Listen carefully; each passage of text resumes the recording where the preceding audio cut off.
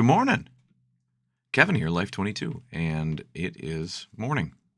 Welcome to the morning show, Kevin, with Life22. There's a lot of repetition this morning. Still getting the crusties out of my eyes. So today's podcast is actually about municipal discharge in the river. So as a small business owner, somebody who actually has a business that rents canoes and kayaks for people to take on the river. I get concerned when people start pushing narratives and start, talking about, our river and things like that. And it concerns me in the fact that there's not a good public relations campaign, an educational thing that people can learn about, right? So this is kind of a tough topic. Almost every bit of this information you can find on the internet. You can make calls to municipalities and get some of this information. So I've spoken with many municipalities about this topic. I've spoken with, people that work for the health department, people in political office. I've spoken with a ton of different people on this topic. So, and just to be aware, I have not seen the the council meeting from last night, which was many hours long, and 1 hour or more of it was public comment about this topic. So, river discharge. But I have seen all the prior common council meetings leading up to this meeting. Usually, there's a guy from Little Valley who comes, or is it Little Valley or Cattaraugus? One of those places. He's out that way. He shows up every week, and he gives a speech to the mayor demanding more, and like there's not a ton the city can do more. I mean, you're going to have to add some legislation. There is some more you can do, but it's government. So you can't expect fast change like this. It's not like the house is burning down. Like, what do you mean it takes 3 weeks to dispatch the fire department? Like, that's not the case, right? So, but it's also not a house on fire. So, pollutants in the river, one of the biggest, and you can check with the health department on, I believe it's the health department, because they also do economic ecological environmental studies and things like that. They do wells. There's a ton of different things. The health department doesn't just like regulate, restaurants and small businesses, and say you can't smoke indoors and you can't serve alcohol without getting in touch with the ABC board or the AB board, the AB board, yeah. So there's a lot of different things that cover stuff like that. But the one concern is that they'll tell you, if you get in touch with the health department, that one of the major issues at our river, or for any water runoff and leaching, actually comes from farm runoff. But there are so many government programs, the state, the federal government, they're all pro-farm, right? So they don't want people to be harassing farmers, because it's already tough to get people that want to be farmers. It's already tough to get people that want to be, it's already tough enough to have people that are just doing farming in general. And so that's why there's so many incentive programs for people to farm. Well, the issue is you have all these cows, chickens, goats, all this livestock on a small parcel of land, or many small parcels of land, and they're pooping. And then there's a farm in Hinsdale, and I'm sure a lot of you know it, as you're driving from Ishiway through into Hinsdale on your way to Olean. If you're heading that direction and you look on the right-hand side down in this little gully where there is a small tributary stream and a bunch of other places, if you go through in the spring, you'll notice that like damn near the entire farm floods. Well, so all the land that the cows graze on all year round gets flooded. I remember, it was a couple of years ago, it was flooded up to 16. And it was like, I can't believe the guy's house wasn't underwater. He's like in a huge floodplain. Well, that's an example of the runoff. So it's picking up all that cow shit and it's washing it into the Allegany River and other tributary rivers. tributary streams that you know, go to the Allegheny River. So the municipality of Olean, as all the municipalities that bring fresh drinking water in and also have a sewage plant, they're required to test upstream from there before it enters their city and after it leaves their city. And then they also test their effluent. And this is true of all municipalities that have to discharge into the river or a tributary. So like for Olean, for example, if they test the water upstream and they test the water downstream, and the pollutant content of it isn't different. It is no different. So it's not significantly different coming into Olean as it is leaving Olean.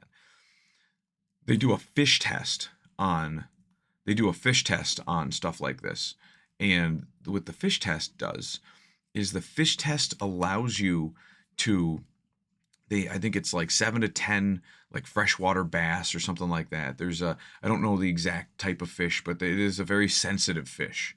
And what happens is they put these fish in samples of the water upstream, downstream, and effluent. And I know for a fact that Olean's effluent, which is the water it comes into the sewer plant. It gets processed by clarifiers, digesters. They separate out, they separate the poop and the tampons and the toilet paper and all the other stuff and the piss and all the other sediment and sludge and grit and grime and debris. And so, all the solids get taken out in waste. They pull the toilet paper out first, and then all your your poop and stuff kind of gets like compressed, flattened, solidified, and it kind of goes out in giant bins that look like mulch. But then all the water that's left over is called effluent, and our effluent is damn near drinkable. Like, it wouldn't take much. It's easier to clean to drink than the water coming out of the river or water coming out of the ground. Like, it is super easy. Like, it is pretty close to drinkable. And so those fish don't die. They do like a many day test. And I don't know if it's 3 days or a week, but I know that those fish do not die in our effluent, which is the pipe discharging into the river after the water's been scrubbed of urine and poop. Like after it's gone through the process, the effluent, the fish survive. But the upstream sample, before it ever comes into Olean, and the downstream sample, the fish die. And they test the water. So our effluent is such a small amount of water going into the river. Like, they test it, and it's a safe, DEC, EPA qualified, permitted discharge. We're allowed to discharge that because it's clean water. And so that amount of water that goes in there is inconsequential to the amount of water traveling through the river. And I don't think a lot of people go through this. So let's go through it real quick. In the average minute, 8.8 million gallons of water are flowing through the Allegany River. It's 8.8 million gallons of water per minute. In the last 5-10 years, the discharge into the river, I think, estimated largest, and they're all estimated numbers, right? Because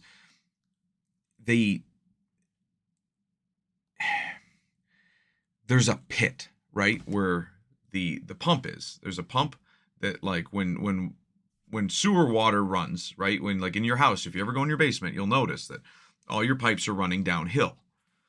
That's your pitch. Your pipe has to have a gravity pitch to it, right? So all your poop, 1/4 inch drop, a foot, I believe, is the number.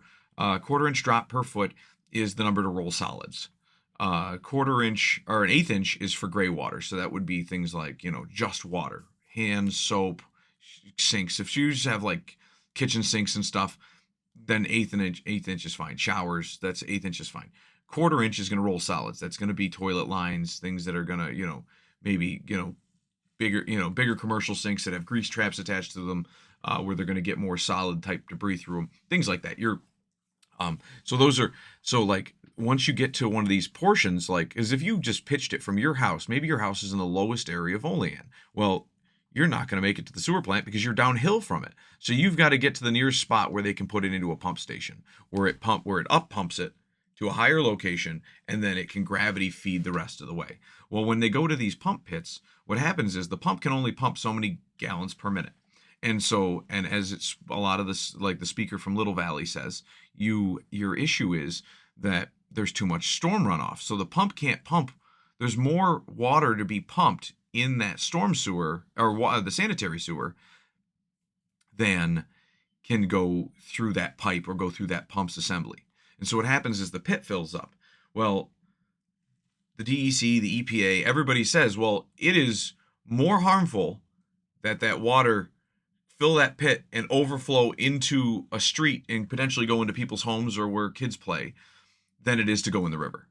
And so there at the top, towards the top of it, there is a pipe that discharges to the river on the off chance that the pump fails or that there's too much water flow and it has to overflow. There is not an impeller or a flow meter, anything to regulate how much sewage. So if you look at your water meter or your water bill from the city, it's estimated how much sewage you use for your sewer bill based on how much water that you have going through your meter. So there's a little something just to kind of better kind of explain what you have going on. If you, so it's calculated based on rainfall and how much the pump can handle and how quickly the pit could fill up. And there's just a lot of different, how big the pit discharge tube is. And so it's like, and how long did it go on for? So duration's a big portion of it. And so these are estimated numbers, but the largest estimated number in the last like 5 years has been about 2 million gallons over a 24-hour period. So if you have 2 million gallons over a 24-hour period, well, if on average, non-storm conditions, you are 8.8 million gallons per minute, 8.8 million gallons divided by, or no, sorry, not divided by, times, that's minutes. That's per minute. So times 60 minutes. That's 528 million gallons an hour. An hour times 24 hours is 12 billion 672 million gallons. So now you divide, you take 2 divided by that number. 2 million gallons divided by 12 billion 672. You are at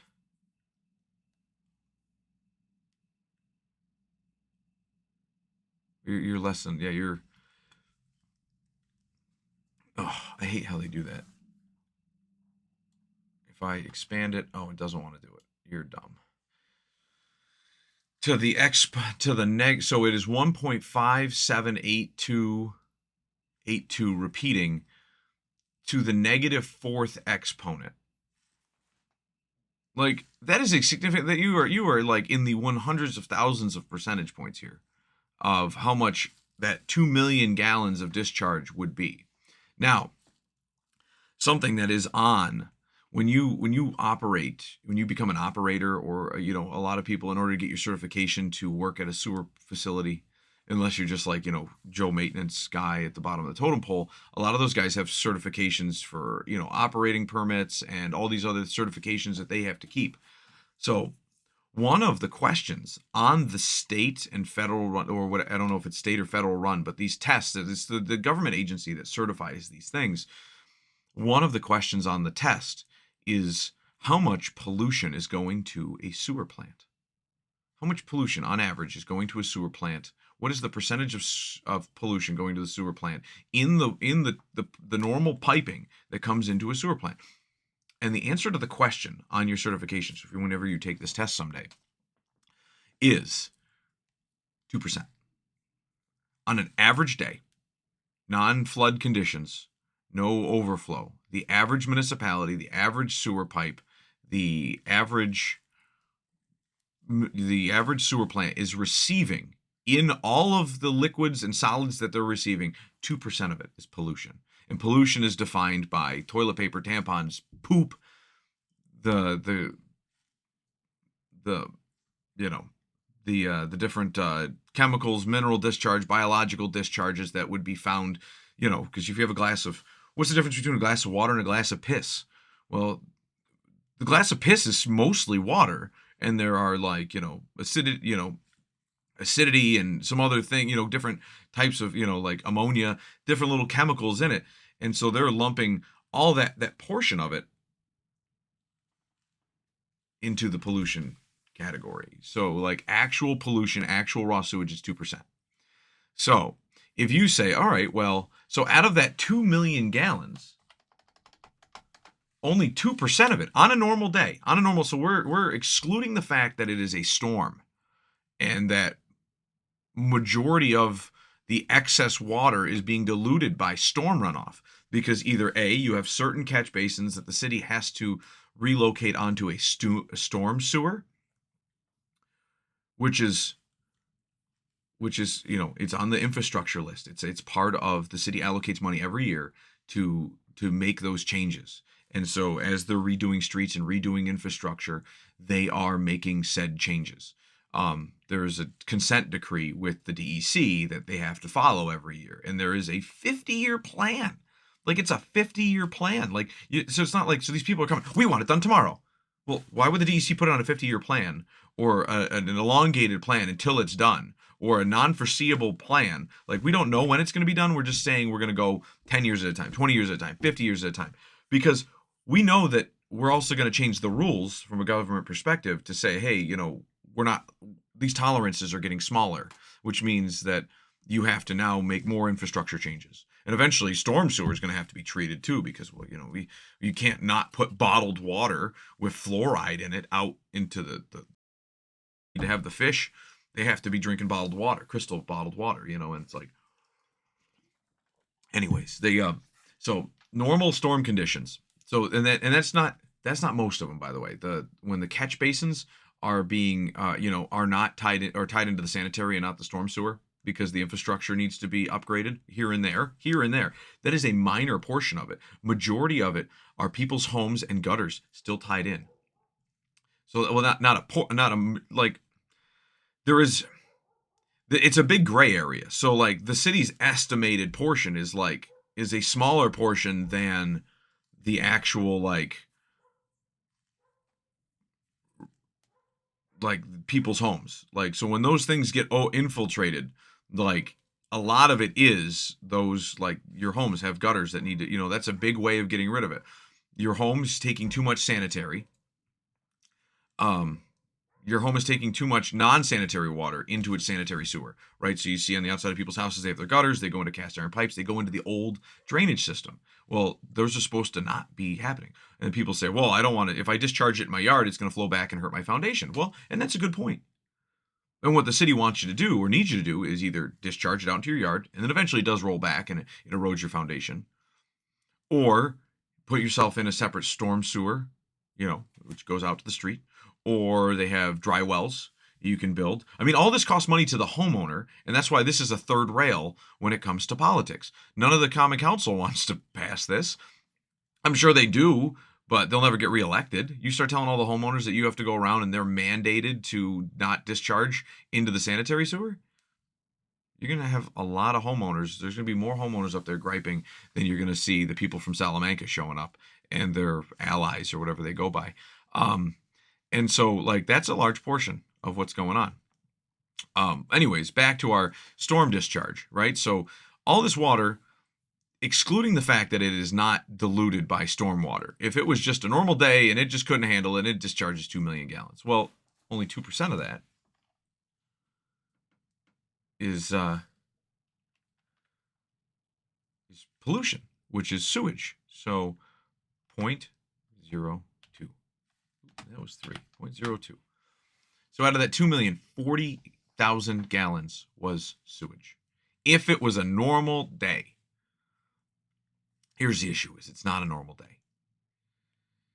And they don't have an exact figure on this, but they have estimates. And the estimates are like, I think it's like 18 times diluted or something along those lines, if not more. I mean, it is so inconsequential. You're probably 2% of that 2% after the fact that they've They've diluted it. So if you were to divide that number even just by 20, it's 2,000 gallons of sewage on a normal day. And the river is already at a higher rate. So what happens is you have on the storm day, you're probably looking closer to 2,000 gallons of sewage. And it's all diluted, by the way. It is diluted. The same way that like nobody complains when you go, they have to get rid of heavy metals. So what they'll do is they'll pick up cow shit from these local farms, and when you're buying fertilizer at the store, and they don't want heavy metals to be deposited like all in one place. They don't want you just to dump a big pile of lead somewhere if you're not going to recycle it. If it's just going to go to waste and be covered in a landfill, they send them out to a place that grinds it up, and then they spread those heavy metals out through bags of fertilizer in fertilizer companies, along with a little bit of soil and things like that. And so like when you go and buy a bag of soil, it's got heavy metals in it that they can with better certainty, they're distributing it across and diluting those heavy metals across, the plains, right? Across the surface of the earth. So it's not all dumped in one spot, causing significant harm to one person. It's causing very minimal, almost inconsequential harm to lots of people. And so that's kind of that's the process, right? So for you to be saying, hey, this is extremely diluted. So that 8.8 gallons per minute is, and we're guessing because depends on how bad the storm is. So like they don't have you would have to do testing every time they do this. And I don't know who would track this information. Maybe the Army Corps of Engineers. Every time there's a storm, the Weather Center. So, but 8.8 gallons per minute times 20, or 8 million, 8.8 million gallons per minute. So it's 176 million gallons per minute. And that's probably it's closer to accurate than some of the other, than just saying it's normal. So 176 million times 60 minutes in an hour is 10 billion 10.5 billion gallons times 24 hours in a day. 253.44 billion gallons of water per day. And you just dumped in 2 million.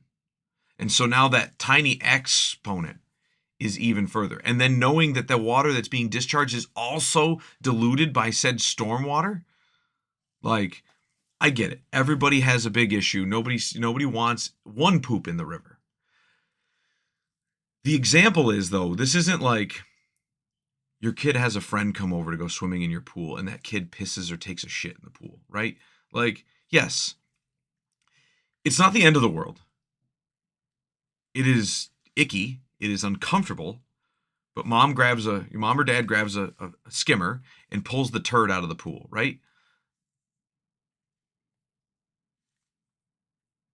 The difference between a pool is stagnant, so you have to add chemicals and keep water circulating through a pump and a filtration system. With the river, it's constantly moving, so it is kind of self-cleaning to a degree. It is more self-cleaning than a pool because it's got natural circulation and you're doing water changes. So all the water and changes in the runoff is all coming down. So, but the example with the pool is what most people think of when the city discharges in the river. What actually happens with the river is more like you and your kids are in not a pool, not a commercial pool, not a huge public rec pool, not a river, but like an ocean. My kid's friend pooped over there in the ocean.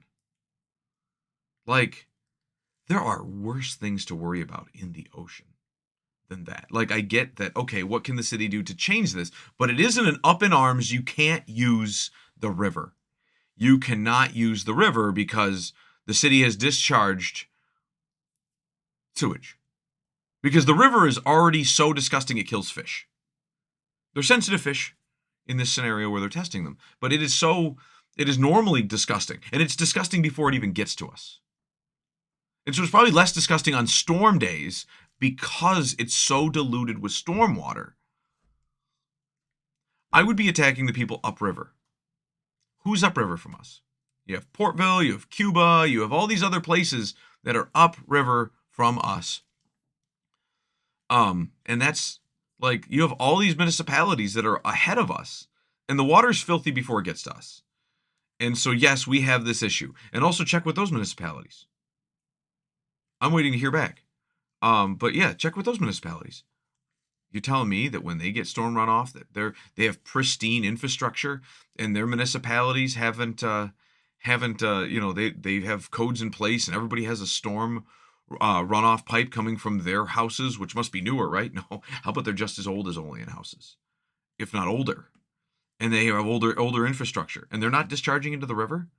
But let's go after Olean, because Olean's the big fish, if you will, to keep the metaphors alive. Or how about it goes down to Salamanca?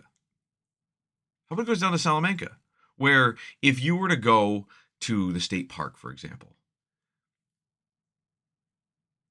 and you go to the other side of, like, you go to the other side of the state park where it's reservation, and how they have camper after camper with discharge tubes that just dump onto the ground, into the river, into the streams. A lot of times when I'm bringing this information up to different people, as I'm asking these questions um, at different government entities, and asking people that are boots on the ground, and I say, hey, health department, hey, sewer plant, hey, people from, sewer plant from Portville, sewer plant from Allegany, the different sewer facilities at all these other different locations. As you're calling people, you're calling the health department, you're calling this person, you're calling that person, and you say, like, how do you satiate the people of Salamanca when the water's flowing through to them, even if it isn't coming from Olean? And they say, well, a large portion of the problem is you go down there and they have no disregard. They have disregard for the Ohio, is what I keep hearing at these local meetings, right? They have a complete disregard for the river as well, because why would they not enforce it on their own territory, on their own nation? And they're discharging, and they said, go to the state parks. There's a lot of people, and it's a common denominator amongst all the different people that I've interviewed and spoken to. And it is funny that, like, we have to make sure that we don't discharge, and we're working at it. The city is working at it. I just wish there was a bigger PR campaign that explained to the general public these numbers, and making them more readily available, and having tutorial videos other than just me being out there. But that aside, one of the numbers are, go see what they're doing to the river, and you go down to the state park where the Allegany River flows through, and they have these different lakes and things like that, and they're discharged on their side, the nation side of the state park. They are discharging their campers into it, where on the state park side, I've taken my camper down to the state park. You pull up on your way out, and you can discharge into, they have like a septic tank or some way, and then that gets pumped, and you just discharge your RV into it. Our, at the city of Olean, they offer that to people when you have those, like, big, the coach buses. If you have a coach bus, or you have an RV, you can take it there, and then you can get, they'll bill you, and you can discharge your RV or your coach bus's septic or your sewage tank into a drop spot where it goes into our system. It gets repumped back in, mixed in, distributed, and then re-clarified. So we're doing it. How come the people that are complaining that we're not doing a good enough job aren't doing it themselves or enforcing it with their people? That would be another portion of this argument. I guess one of my big concerns with the whole ordeal is not just the public campaign. I think, and I have spoken to some aldermen about it. I think that I think that they're right. A PR campaign needs to come forward. I think a PR campaign would be very helpful to educate the public, but I do think that there's a lot of people that are up at this local meeting, that come to these meetings, that are there because they enjoy the fight. I do believe that is a portion of it.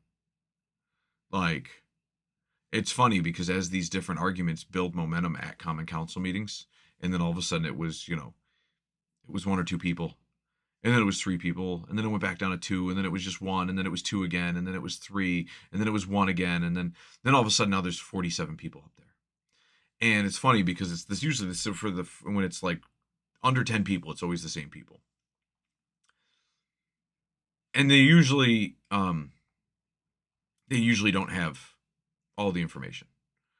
But then when it builds up enough momentum that Channel 2 News is down there, like I heard they were there last night, and you have all these people. And then all the same people that are protesting the BLM movement, and they're out front of the city building on Fridays for, the Gays for Palestine, um, and free Hamas, and whatever other signs they're holding, or it's the we should have the right in New York State to kill babies. We should, it's all those different movements. It's all those left-wing activists. It's funny how they all show up. They all show up with their blue hair, and half of them haven't changed the signs, and they're holding up, they're standing in the back. And it's funny how these movements, oh, they're discharging a river. That's just as bad as not having gays living in Palestine. And then, and that is the issue. It's those people that are looking to rabble rouse and looking to pick a fight. And I get it. Like, everyone has that little, like, when there's not a war, you want to have a war to fight, right? Like, there's that mentality that people just need to pick a fight. And it's more true in New York, right? Like, that's why we have a lot more bar fights than Texas, right? Like, you don't go down to Texas, pick a bar fight. You might get shot. But it's one of those, like, there are a bunch of people that just would rather see a fight, would rather get the attention of taking on a group of people, taking on the man, that is the adage and that is the thing that you can think about when you see all these people show up. Like, why are you here? What are you here for? Oh, you're here because somebody pooped in the river. Well, guess what? Most of the residents of Olean don't even, they don't use the river up, downstream from the sewer plant. And it's probably actually cleaner because it's diluted with our effluent, which is clean. So, it is one of those things.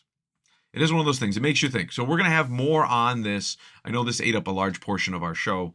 But I hope it was almost a 2-hour podcast with Della Moore last night. So I hope you got to catch that on the channel. It took a while to upload. It was late by the time it finally probably uploaded to YouTube. It was on Transistor right away. Della is so soft-spoken, we had microphone issues. So I was like 3 hours with Della all together yesterday. And it was about an hour and 50 minutes on the air with her. So she is just a phenomenal guest. I love Della. And then yeah, so I hope we'll have more of her in the future. Get her on the show some more. She's got upcoming events. And then we'll chat with you guys next time. Life22. We'll see you tomorrow. I hope this was informative. I hope that you learned something from this, and I have a feeling I'll be reviewing last night's council meeting, like, on the show. So thanks, guys. Like, subscribe. We'll catch you next time. Life22.